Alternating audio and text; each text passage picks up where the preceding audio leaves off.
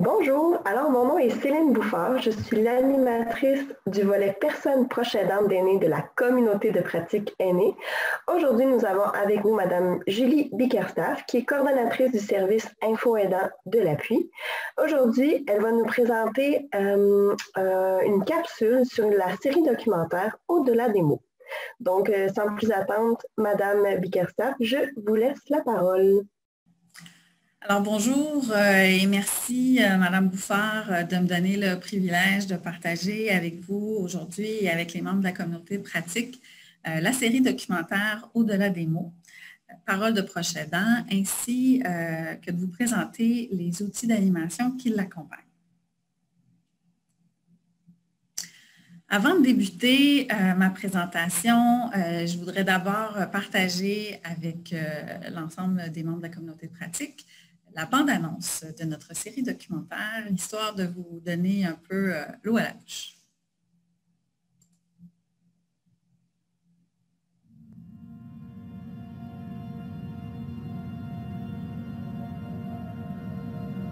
Elle avait 56 ans quand tout cela a commencé. Il disait parfois, « Moi, j'ai un problème d'idée. » Un jour, elle s'est mise à rouler en sens inverse de la circulation.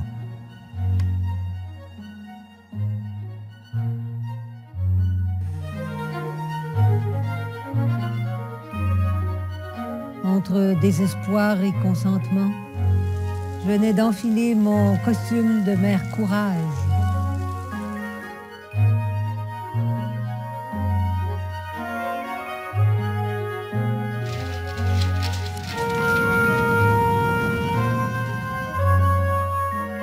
Nous sommes ensemble, épuisants au goutte à goutte, le temps qu'il nous reste.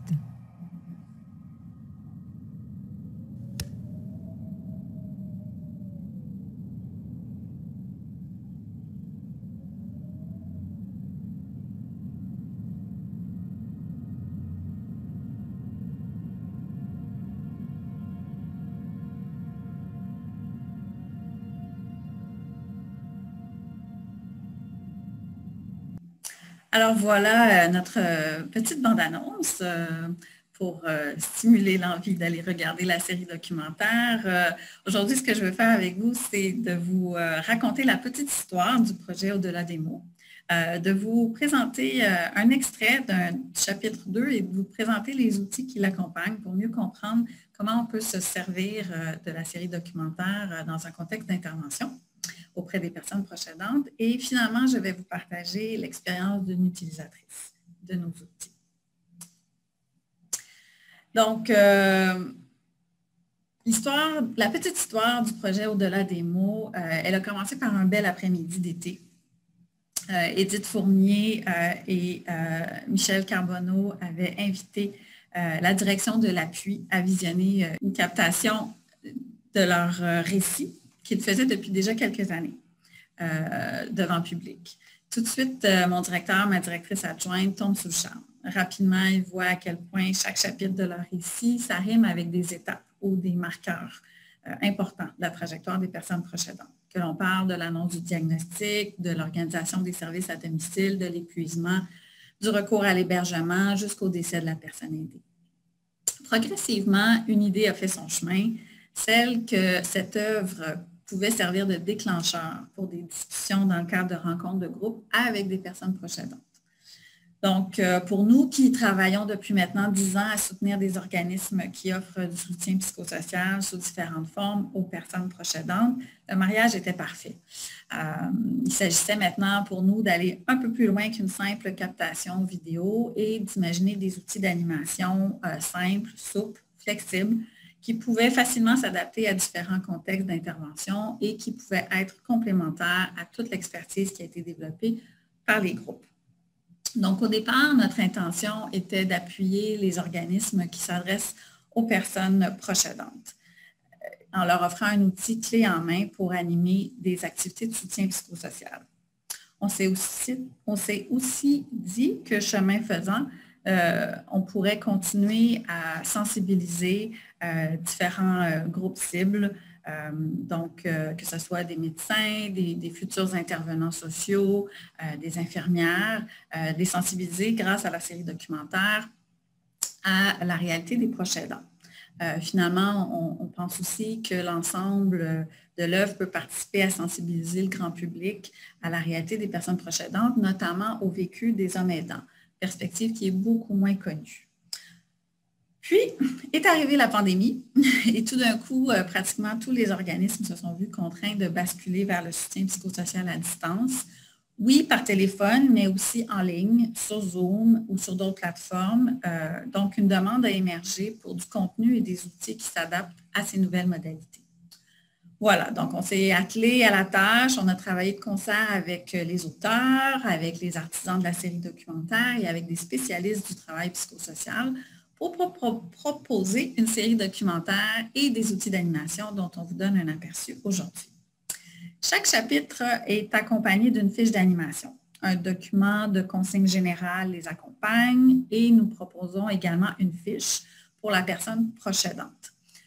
Pour vous donner une idée de comment les outils d'animation complètent les chapitres vidéo, je vais vous partager un tout petit extrait du chapitre 2 et vous donner un bref aperçu de ce qu'on peut s'attendre à retrouver dans la fiche d'animation qui l'accompagne. Depuis plusieurs mois, Michel se plaignait de ne pouvoir se retenir non plus. Je ne le croyais pas. Tout était pire et plus rapide que ce que je voulais bien voir. Pour sûr, il me fallait de l'aide. Mais l'aide qu'on m'accordait ne me convenait pas. Le personnel régulier du CLSC était le moins régulier. Compétent, mais toujours en journée d'études, en congé férié, en session de formation, en congé de maladie, en vacances, bref... Je ne pouvais pas vraiment m'appuyer sur eux. J'avais pourtant besoin d'aide dans la maison, pour les repas, pour la lessive et bien sûr de la compagnie pour Michel. À bout de ce va-et-vient infernal, j'ai finalement mis tout le monde dehors, me résignant à me débrouiller seule.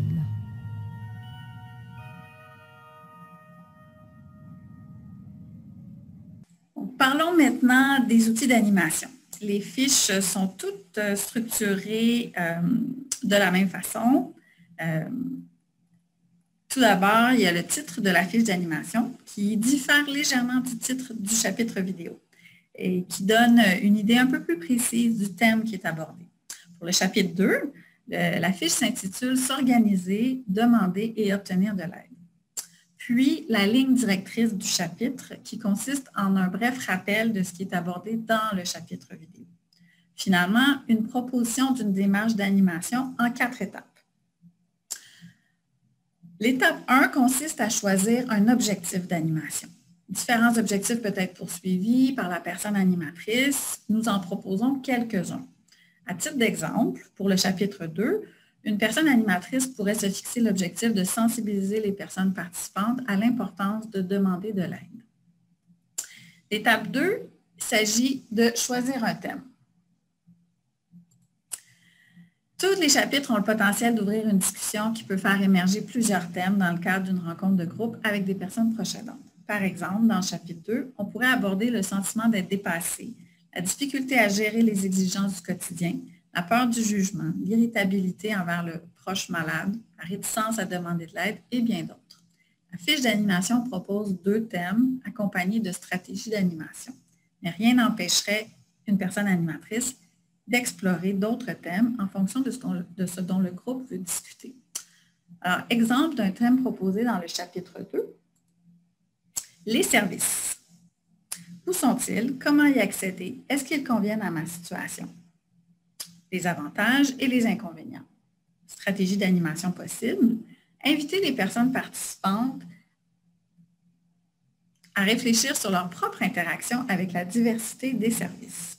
Comment ont-ils fait cela? Quels chemins ont-ils emprunté? Quels ont été les éléments facilitants, les difficultés, les stratégies? L'étape 3 consiste à conclure la discussion.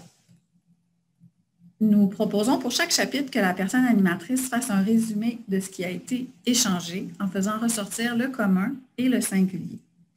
En guise de conclusion, elle peut lancer une question au groupe.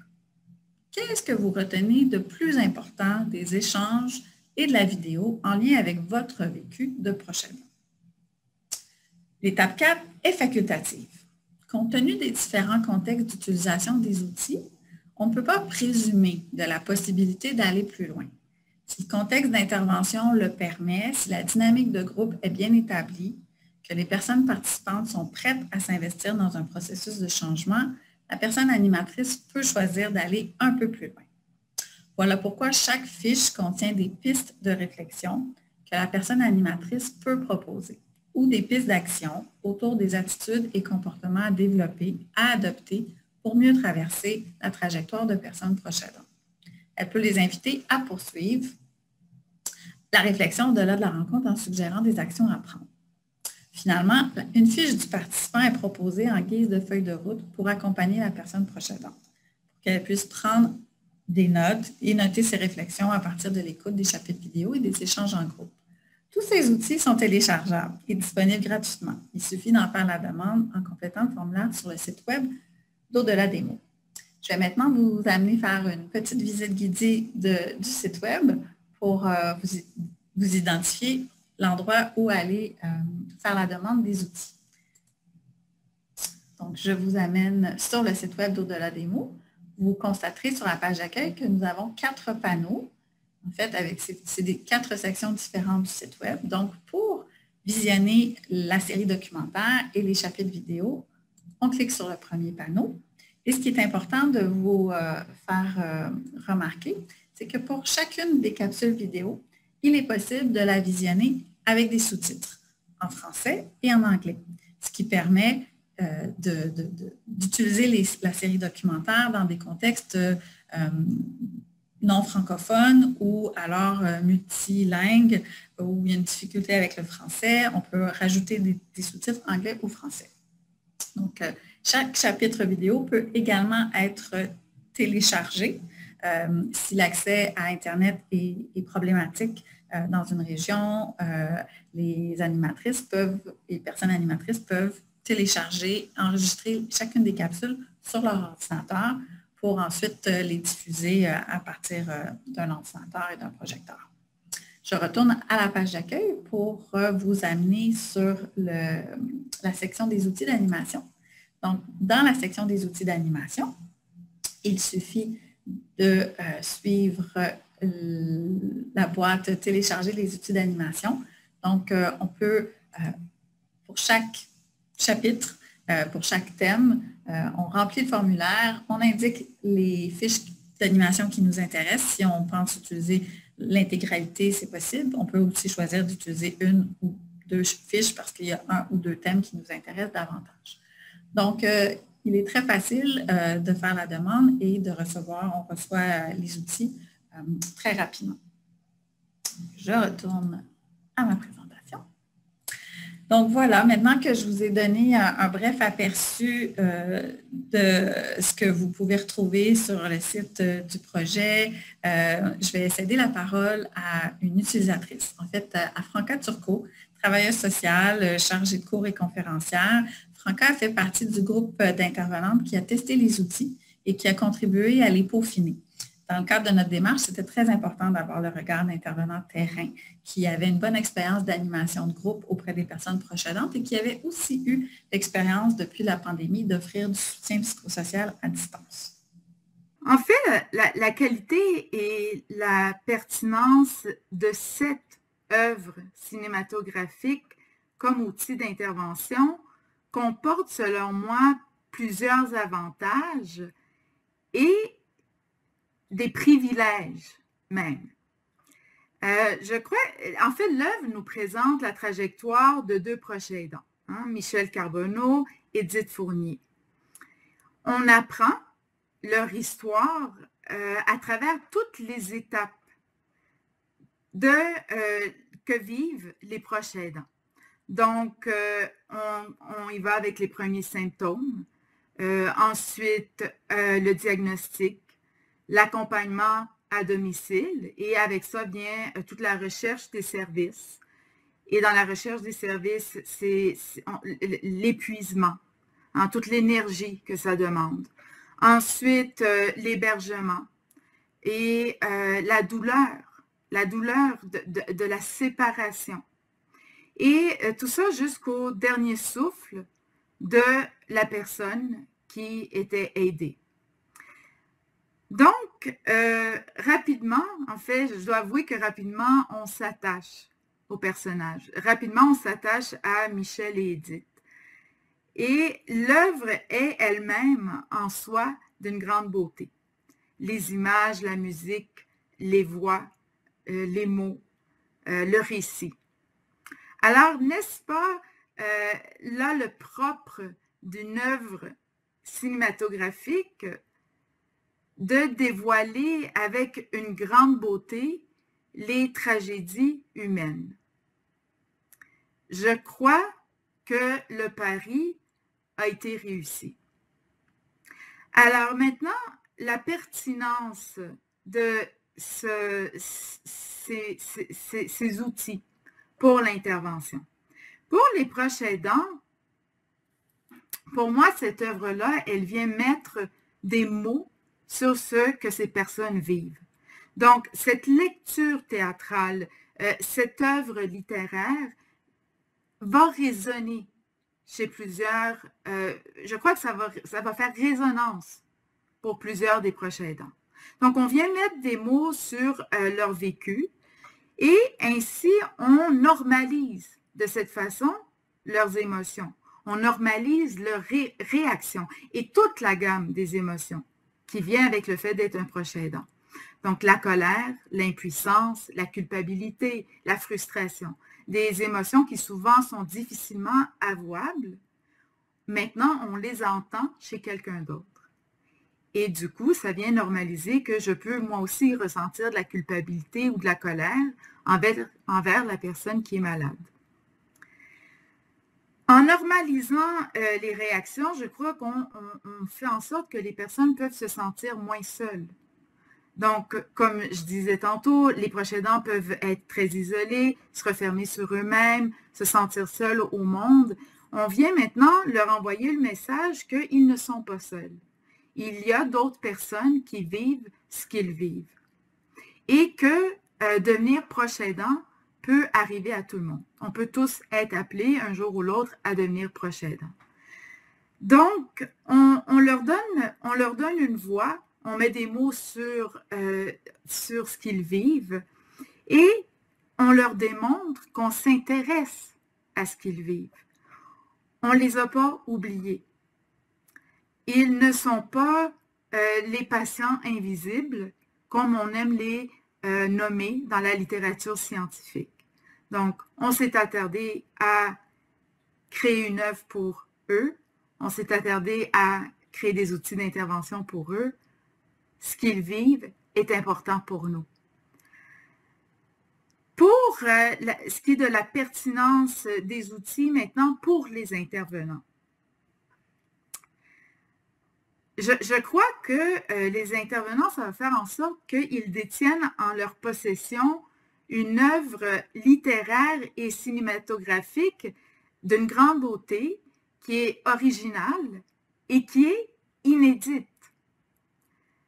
Donc, pour moi, ça permet aux intervenants d'utiliser leur propre potentiel créatif. Ça leur permet d'utiliser leur propre création. Donc, de faire preuve de créativité dans l'intervention. L'œuvre, en fait, l'œuvre artistique, elle sert de médium, afin d'aborder, comme tu l'expliquais, Julie, afin d'aborder plusieurs thèmes reliés à l'approche aidance. Mais les canevas, si on veut, d'animation ou les outils d'animation qui sont fournis, je ne crois pas que le but, c'est qu'on s'enferme dans l'outil. Bien au contraire, c'est un outil, l'intervenant peut l'utiliser, mais il va avoir cette liberté créative de pouvoir élaborer autour de ces outils. Alors, pour moi, j'y vois énormément de potentiel. Je crois que cette œuvre, c'est vraiment un endroit où on va offrir aux proches aidants, aux proches aidantes, un espace de parole. on va dire, on permet aux proches aidants d'avoir une voix et les proches aidants, non seulement on leur donne une voix, mais on leur dit qu'on écoute ce qu'ils ont à nous dire, qu'on les entend. Et ça, je crois que ça a un énorme potentiel en intervention. Donc voilà, merci. Merci beaucoup de m'avoir donné le privilège de partager cette œuvre et ces outils qui pourront, nous l'espérons, servir à la grande communauté de tous ceux qui se préoccupent de la qualité de vie des personnes proches aidantes. Et j'invite tous les intervenants qui font partie de votre grande communauté de pratique à visiter le site web, à écouter la série documentaire et à s'inspirer des outils proposés. Alors, vraiment, un grand merci, Madame Bickerstaff, de nous avoir présenté cette série documentaire très touchante, je dois dire, qui regroupe des témoignages, des outils pour les personnes proches aidantes. Pour ceux qui veulent réagir à la capsule, nous dire quelques commentaires, vous pouvez le faire toujours via le forum de la communauté de pratique ou encore, vous pouvez remplir le sondage d'appréciation pour nous aider à nous améliorer encore et toujours. Donc, je vous dis à bientôt pour une prochaine capsule.